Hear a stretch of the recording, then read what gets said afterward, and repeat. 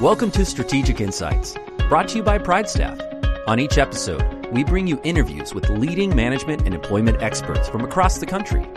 Your host for Strategic Insights is Brad Smith. And now, here's Brad.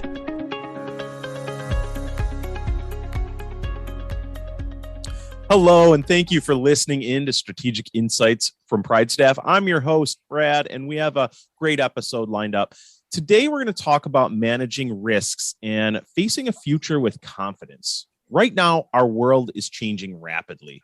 With that change comes risk, especially in the workplace. So in today's episode, we're going to outline what employers need to do in order to protect themselves and their staff in today's fast-changing business environment. And joining me today, I have two amazing guests, Kevin Waldinger, president of CTK Insurica, and Ernie Kidwell, vice president. Kevin, Ernie, thank you so much for joining us today. Our pleasure. Absolutely. Thank you.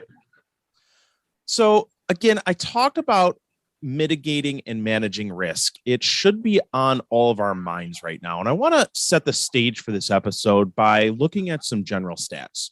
Recent data shows that about 2.8 workplace injuries happen per 100 full-time employees. They happen at a higher rate in industrial and warehouse settings. COVID-19 is having an impact, with about a quarter of all claims in 2020 incurring a medical cost. The average claim in 2020 was over $4,300, and the NCCI estimates that COVID-19 claims, excluding self-insured, could result in workers' comp losses exceeding $500 million. So given those stats, Kevin, if you don't mind, talk to us a little bit about what you're seeing in the market. Yeah, it's interesting. So we have definitely seen a slight uptick in the workers' comp claims all around COVID, but I almost feel like you're going to see more from a liability standpoint. Wrongful termination when it's regarding EPLI, employment practice liability, discrimination, harassment type stuff.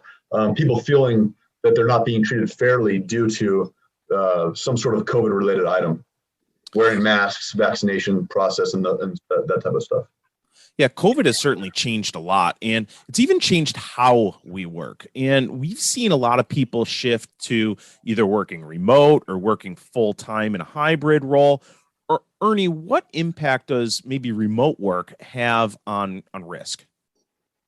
Obviously, it has a significant impact. It used to be remote workers we would kind of shy away from, or tell our insureds to shy away from, simply because of the lack of supervision. If you have somebody working from home, they could get injured at home working on the roof, mowing the lawn, tripping over the dog, and then come back and say, hey, I was getting up from my desk to go to the restroom and I tripped on the carpet, whatever the case may be. So there was a situation where the employer had no recourse if they came and said, I've been injured and it's work related. So for that in itself, and mind you, this was 10 years ago, before all of the cyber exposures or the electronics made it available for us to be able to work at home. So it was a one-off situation. But today, since COVID and since the electronic age has really taken over and allowed us to be able to be remote, it's expanded beyond just workers' comp concerns, and that is in the cyber world. Biggest exposures for employers, I would say today, is in the cyber realm, in that the bad guys that try to break into computer systems and that have more access to it through the remote connections from iPads, iPhones, laptops, wireless printers, all of the devices that we have at home that somebody could potentially get in through and get to a connection point to the employer's computer systems. So that's probably one of the biggest concerns in the insurance marketplace from an insurer's perspective, is being able to take on that type of a claim and the expenses involved with that. Ernie, for employers that are listening in right now, cyber claims obviously are a big issue. You mentioned that with working remotely, with more access from different devices. What do companies really need to do to protect themselves? Talking in the past, a ton of carriers jumped into the marketplace, and they were willing to look at the risks in the cyber realm because it was all new to all of us. Today, one of the biggest claims that we see are extortion claims, where the bad guys break into the computer system, say, we're going to lock up your system and keep your data held for ransom until you give us 100,000 Bitcoin or whatever the case may be. The numbers are going up, by the way. The carriers in the last 6 months and even more recent have required that companies put into place, and you've probably seen this in your own dealing with banks, dealing with anything that has any of your personal data, is multi-factor authentication, where they basically require, or it could also be 2FA, they call it. They basically require a second point of contact for them to be able to, often it's a text you on your phone to verify that it's you, and with that, allow you to log into whatever your normal login is. That's been one of the primary requirements, that if you haven't done it yet as a business, you definitely want to go there with your critical data. Second is just endpoint protection. Again, what I was talking about, the iPads, the iPhones, all of the data devices that could potentially log into your systems, they need to have controls in place. And I don't know about you, but I've seen a lot more phishing attempts that are looking more real, even come through with individuals within your organization's names tied to them and ask you to call right away about an invoice and other things. Have you seen any companies taking extreme measures or put training programs in place to help train their internal staff on how to deal with and recognize phishing scams? Yes, our companies that are more adept and have realized what's happening in that marketplace, such as PrideStaff, they've been able to put controls in place that help control the situation, that help mitigate the potential damage that can happen along those lines. But what I wanted to give you is a quick story. In our office, we have 500 plus employees within Shurica, and the IT group actually has in place testers, where they'll send out a test to us to see if we're going to respond to it appropriately or not. And it's basically a fake email. I actually had a situation the other day where I was expecting a FedEx package. I had just reached out to FedEx, in fact, and within minutes of that, I received an email coming from, I think it was called ShipX. And it was one of these, it looked like a computer generated prompt, which I'm from the IT world. That was my history. I immediately thought, okay, yeah, this is just from their systems because of that conversation I had. And in fact, it wasn't. It was one of our company's tests. And it kind of embarrassing for me, considering I came from that world. But at the same time, it's impressive what the bad guys are doing, is that they will actually track a conversation like that. If you have an email thread going through, that they can get involved with and see that, say, communications between the accounting people and management, they know when to step in and say, hey, we need to change this account number to such and such. And suddenly you've got an employee sending money to the bad guys, as opposed to the vendor or bank or whoever they're supposed to be sending it to. And that's where another type of claim that we see from the cyber world. Wow. So absolute lot to think of. Kevin, what's your thought on the cyber side of things? Well, yeah, I agree 100% with what Ernie's saying. We're seeing that rampant right now. One thing just to add to what he was saying is just maybe a good best practice for any company. When that faked out email comes through, depending on how the employee responds to that, if they don't pass that, the way they should, then it'll send them through a training course to answer some questions to help them understand where it went wrong, things to look out for, and even best practices within that specific email. So I think that's a good something good for any company to do, and to implement that as a system, to where when an employee does make the mistake, then it gives them some training and background to how to avoid that in the future.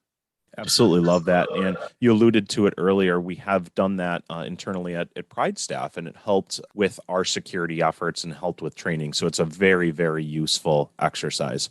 Now, shifting gears a little bit, we have cybersecurity to be concerned with. We have a global pandemic to be concerned with. We're also seeing a massive shift in the workforce. Millennials now make up the majority of the workforce. And for many, social causes have been extremely important. Kevin, based on your experience, have you found that this shift in the workforce and this shift in our social cause thinking has impacted insurance at all? Yeah, that's a great topic. As far as just millennials in general, I think every employer has to find the ways to bring out all the pros versus the cons. I mean, there's so many good parts of a millennial standpoint and a millennial thinker where it can really help an organization grow and develop and change throughout our times. I think as far as kind of more risk, is that what you're asking? As far as what to look out for? Really just how we need to adapt our business to make sure that we're covered and mitigating as much risk as we possibly can. Yeah, as far as mitigating the risk, and Ernie, maybe you may want to jump in on this if you have some insight to it. I think it's just a matter of kind of accommodating some of the millennial requests or concerns where we didn't do that before. The homeworking, the different types of schedules, allowing certain things inside the office that we maybe didn't let before. I think those types of things are really what millennials are interested in, as far as not so much the work itself, which that is extremely important, but just helping accommodate kind of the ancillary items that maybe a millennial is interested in where maybe a baby boomer is not. Adapting to that is very important. Ernie, in addition to a shifting workforce, employers have been hit with a declining workforce participation rate. Now, this is a combination of many factors. We had COVID that's forcing more people to sit on the sidelines. We've also seen the highest level of baby boomer retirements in 2020 ever. And we're not producing enough workers to offset the people leaving the workforce. So how is this impacting employers? Are you seeing changes in hiring practices? To say that we're seeing the changes today, yeah, I think it's just natural that when unemployment goes up, that hiring practices may change in that they become a little more lenient on the criteria that they would generally follow in hiring a new employee. I think any company would, if they are limited on their work potential workforce, they're going to. Kevin and I like to use the term of use the pick of the litter syndrome, where they're going to take the best option available as opposed to what would normally meet their criteria, and that might fall underneath their criteria bar that they normally have set for themselves in I'll use an insurance term, underwriting the next candidate. They're looking at him saying, all right, do we want this person? Generally speaking, well, maybe they could be a fit, but if we had alternatives that were up to our normal bar, we would have picked those instead. So in that case, it affects the quality of candidate that they're actually looking at. And just to add to that, that pick of the litter syndrome, the pick of the litter syndrome that Ernie was referring to, that is so critical in my opinion. I think at times we want to hire right away. We want to hire fast because we have a need. There's a gap somewhere. But the worst mistake an employer can make is hiring fast. I think it takes a long time to hire the right person, and the cost of hiring the wrong person is so significant that it's better to take that extra time and make sure the employee or the candidate is very qualified. In our world today, when unemployment is high, like he was mentioning, the quality of candidates it's more scarce. So we have to, we have that issue of trying to find the person fast, get them in the right spot, but at the same time, not compromise our expectations on what we're looking for. And that's a constant battle with any employer out there, is filling the gap, but doing it the right way so you're not taking on huge costs by making that mistake, that hiring mistake. And that pick of the litter syndrome that he's referring to, it comes out all the time. As qualified candidates become less and less, then we feel the need to bring someone on where potentially they weren't the right fit or they didn't have the qualifications we needed, but we're in a pinch and we need to make that placement quick. So I think that as much as you can to ground yourself and hold true to your expectations on what you're looking for, even in a rough situation where qualified candidates are scarce, I think you need to stick to that. And that's hard to do as an employer. Extending that out to kind of a risk control perspective, which is what we're here for. If you are hiring below what your normal criteria would be, you are potentially bringing in people that you may have looked at from a risk control perspective, in that you would think, okay, this person, for whatever reasons, less likely to file a illegitimate type of claim, whether it be an employment practices claim, whether it be a workers' compensation claim. We all look for predators. We all look for somebody that could potentially take advantage of us if we're not paying attention. When that pool that you're choosing from is limited, the percentages go up that you're going to miss somebody like that because of that lessened underwriting. I keep using the insurance terms. And in that case, we're looking now at what's the expense overall, what's the dollar amount involved with dealing with claims. Obviously, if the carriers are taking claims because of your lack of underwriting a risk, it comes back to you on premium. You being the employer, it ends up costing you more over the long term. It may not be immediate, it may take months, it may take a year plus for you to see the impact of that, but it will eventually bite you if you aren't sticking to your guns as far as mitigating the risks when hiring your employees. Just one last thing to add to that.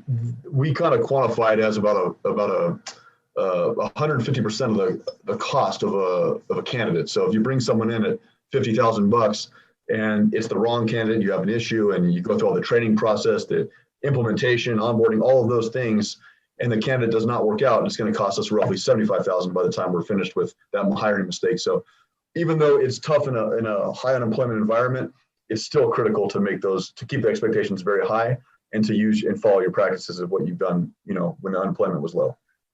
Terrific insight. Thank you both so much. And it just underscores the importance of staying with those hiring criteria, working with the right partner, making sure that you have all your ducks in a row, and protecting yourself for the future. Now, building on that, protecting yourself for the future a little bit, I know that there's a little bit of a lag when it comes to workers' comp. And Kevin, I'd love to direct this to you. What have you seen in the workers' comp and liability space over the last few years? So have premiums been higher, been lower? And what do you expect to see as we move forward?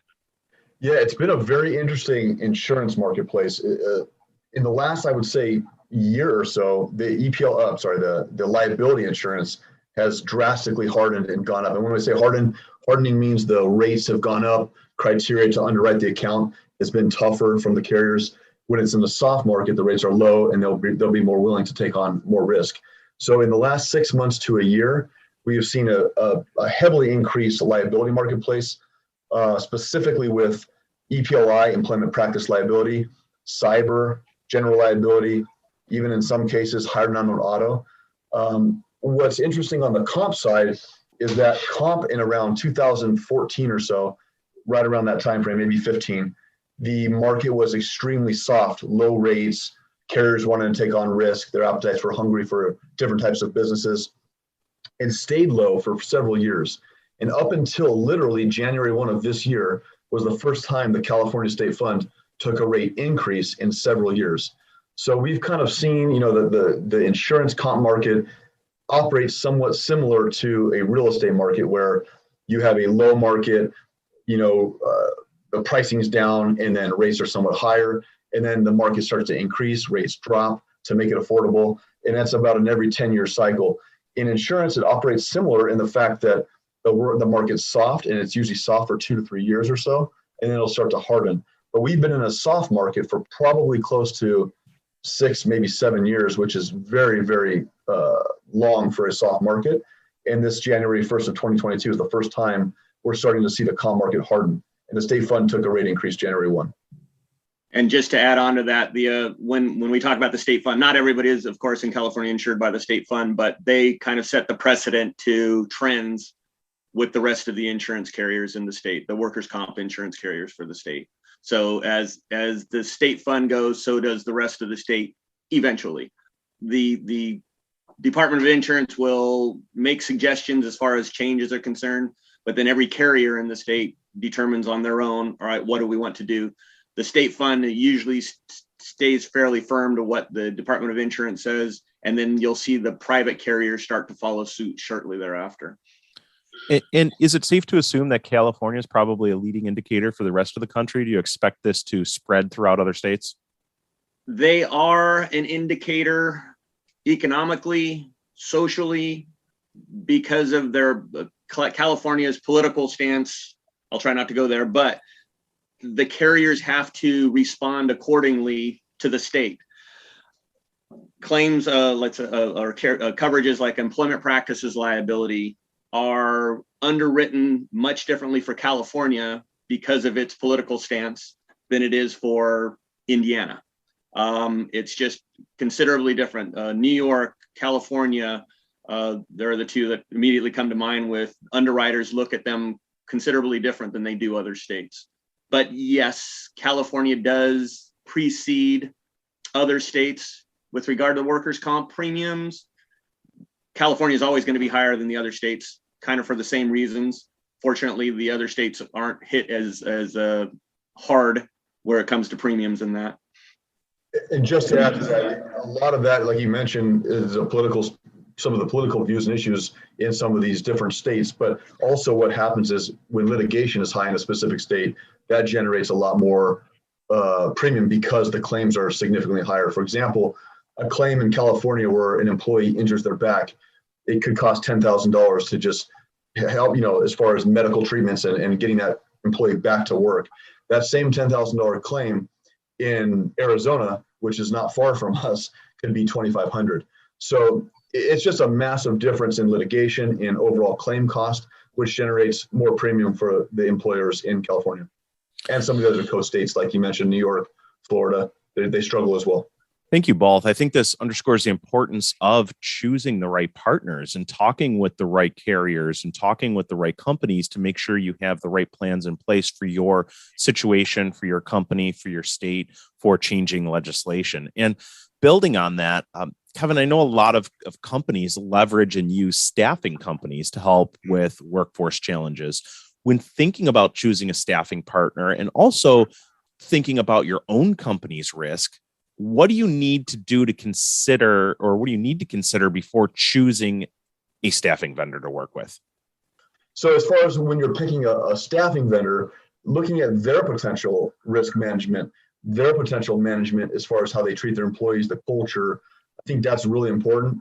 I've seen many staffing firms over the years that treat their people really well, and they have less claims, they have good culture, the people are more productive. I think that's very important to just kind of understand and look at the staffing company as a whole and their management team. PrideStaff is really a good benchmark for that. Their risk management, their overall management, the quality of candidates and people that come into their company, it's just setting the bar. So I think that's really important from a client company to look at a staffing company and say, what type of culture do they have? What's their history? Things of that nature. Terrific. Thank you. Kevin and Ernie, I want to thank you so much both for your time today. Amazing takeaways. And we like to close every episode with some words of wisdom. So Ernie, if you don't mind, let's start with you. Do you have any closing words of wisdom for people listening here that want to mitigate risk? Yeah, I'd add on to, or just continue along the same lines as what Kevin was saying just now with regard to looking at risk, looking at it strategically. When you're going to pair up with a company to handle something as important as your staff, you want to know that from a top down, from management down to that individual that's coming in your door, they're understanding that exposure to you, to themselves, and they're looking at risk as a whole from all parties involved. Bottom line. And PrideStaff, like Kevin was saying, they get it, they understand it, they know what they're doing, and they do it right. Kevin, any takeaways from you? What do you want people that are listening to this episode to leave with? Yeah, I think just as far as words of wisdom or maybe just best practice, I would say trust your gut. A lot of times we follow a very systematic process with hiring candidates or taking on the next client company or taking on the next vendor of a staffing company.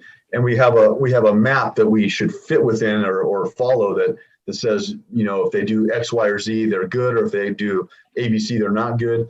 but oftentimes it's hard to follow that exactly. And our gut is a very powerful thing. And if you feel a certain way about a specific candidate or client or vendor, trust your gut because it's typically right. Again, thank you both so much for coming on. For those listening that are looking to staff up, that are looking to overcome workforce challenges, please visit PrideStaff.com. Reach out to your local PrideStaff office. They have resources like Kevin, like Ernie, like CTK Insurica that will help make sure that your workforce challenges are met. Again, Ernie, Kevin, thank you so much for your time today. Our pleasure. Thank you. Thank you, Brad. Thank you for listening to Strategic Insights, brought to you by PrideStaff. Whether you're looking for high-level workforce consulting or staffing help to meet demands, PrideStaff is here to help.